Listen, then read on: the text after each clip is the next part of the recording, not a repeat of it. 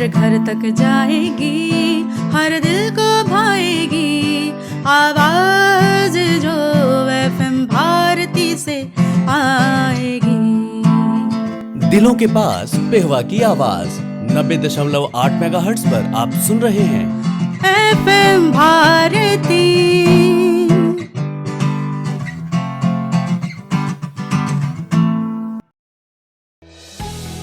90.8 megahertz पर आप सुन रहे हैं पिहोवा की आवाज़ एफएम भारती।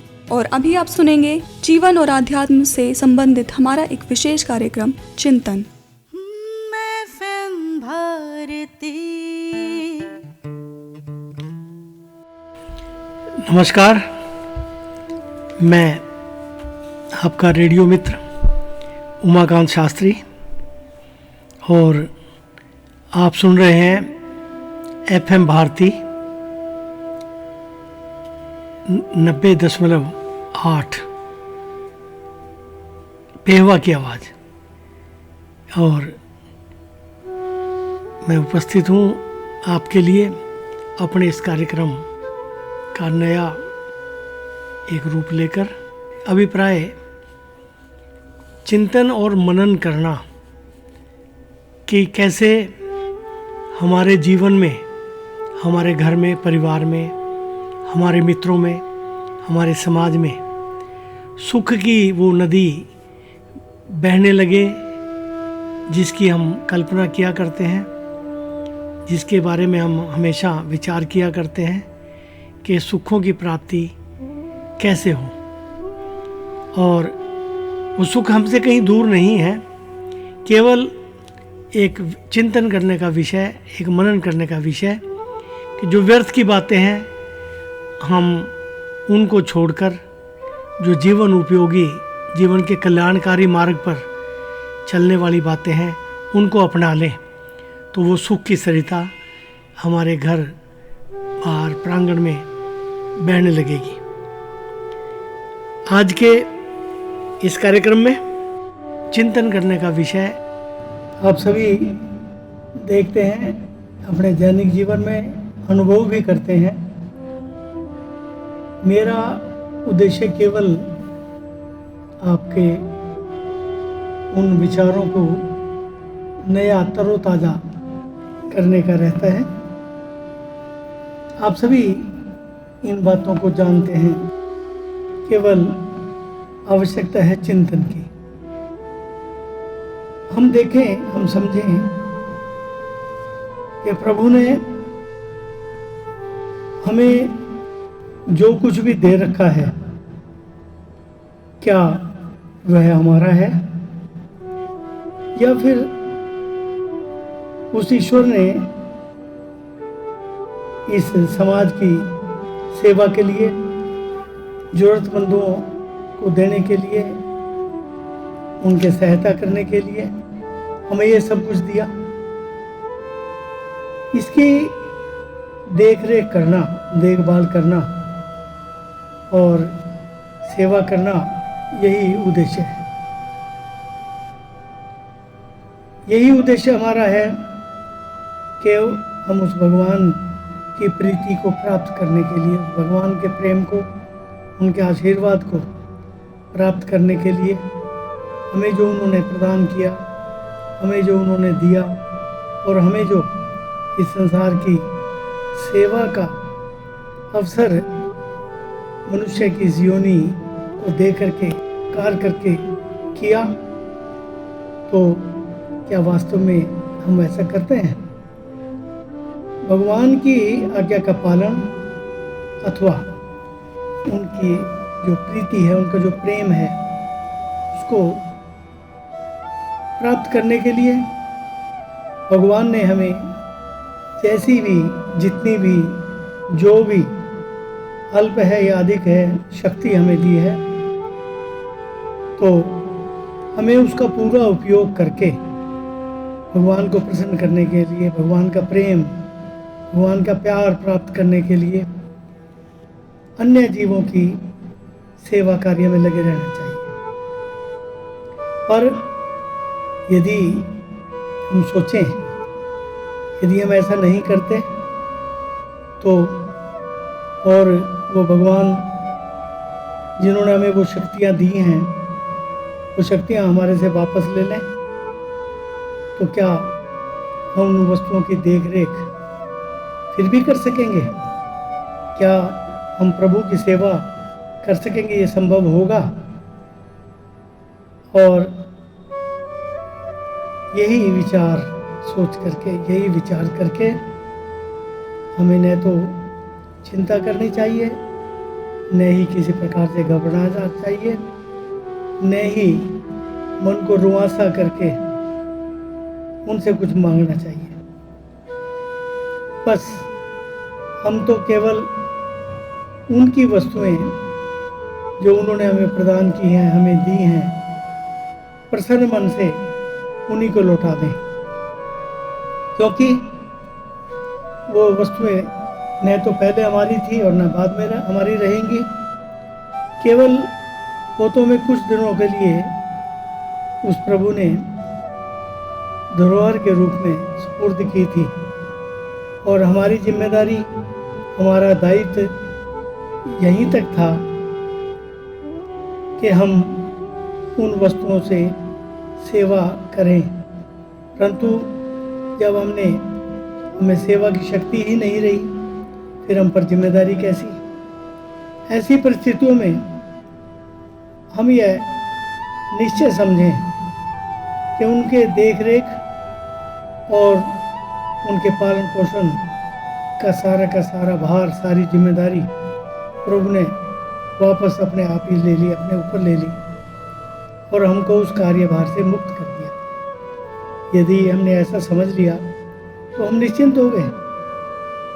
अब प्रभु हमारे लिए दूसरा कोई काम दे दें तो ठीक है, नहीं है तब भी ठीक है।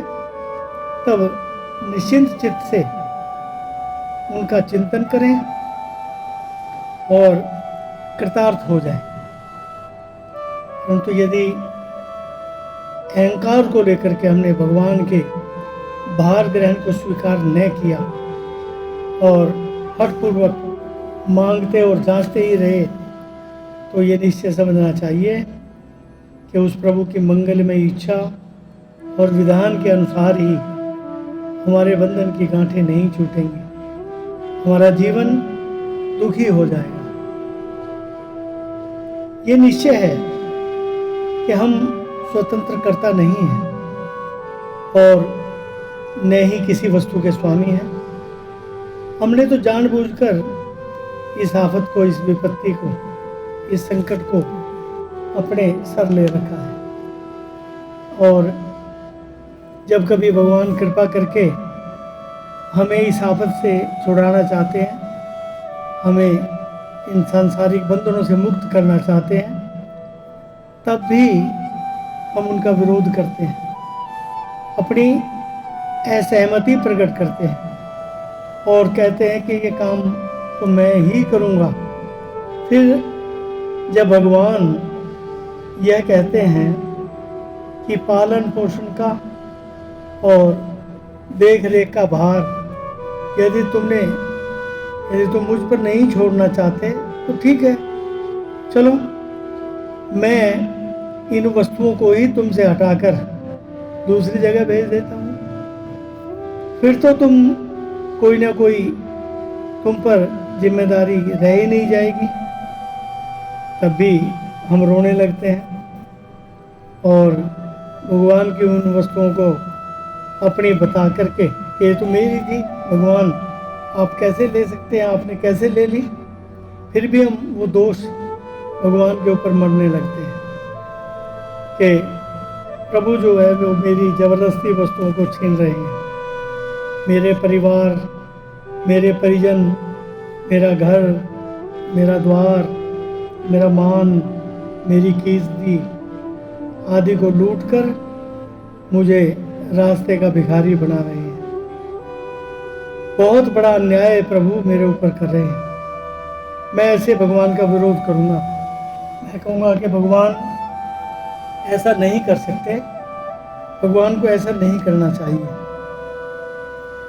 फिर भगवान वो अंतर्यामी त्रिलोकीनाथ हंस करके कहते हैं, भाई ध्यान दो, विचार करो, समझो, देखो, सुनो, तुम्हारी तो कोई चीज़ पहले न थी और न अब है।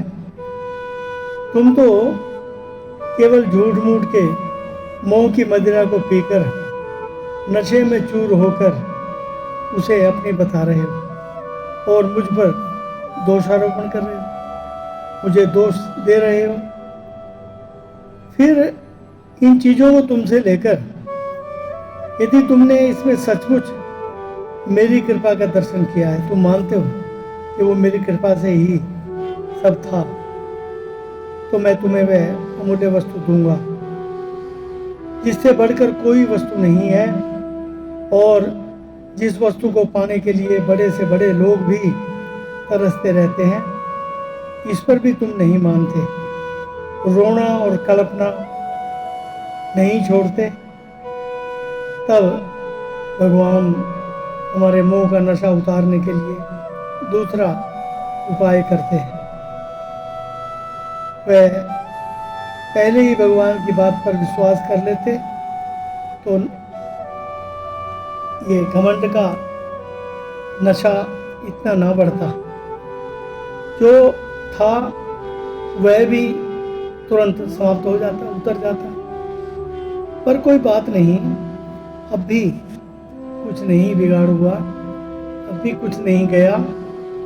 यदि अब भी हम अपने मन की आँखों को खोल लेते हैं, अपनी बुद्धि का विस्तार कर लेते हैं और चिंतन करते हैं, विचार करते हैं उस भगवान के जो विधान हैं।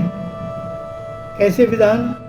जो मंगलमयी विधान हैं, जो केवल हमारा भला ही करते हैं, जो केवल हम पर कृपा ही करते हैं।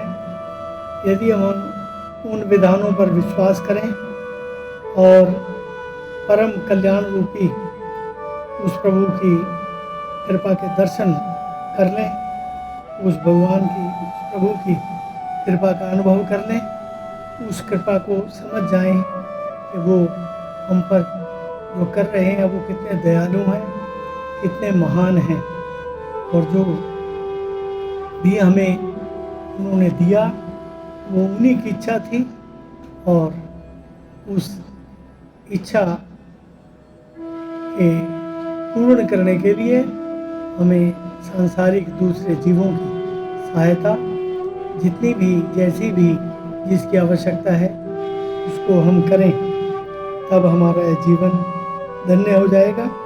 हम कृतार्थ हो जाएंगे, उस प्रभु की कृपा के पात्र बन जाएंगे। तो आज का हमारा ये चिंतन, मनन करने की बात कि प्रभु ने जो भी हमें दिया है वो यदि हम उस भगवान की प्रीति को चाहते हैं, उसका प्रेम प्राप्त करना चाहते हैं, तो वो उनकी सेवा के लिए ही है। आशा करता हूँ आप आज के इस चिंतन पर चिंतन अवश्य करेंगे। धन्यवाद। 90.8 मेगाहर्ट्ज पर भगवान परशुराम स्कूल से आप सुन रहे हैं पिहोवा की आवाज़ FM भारती। अभी आप सुन रहे थे जीवन और आध्यात्म से संबंधित हमारा एक विशेष कार्यक्रम चिंतन, और अब समय है हमारे अगले कार्यक्रम का।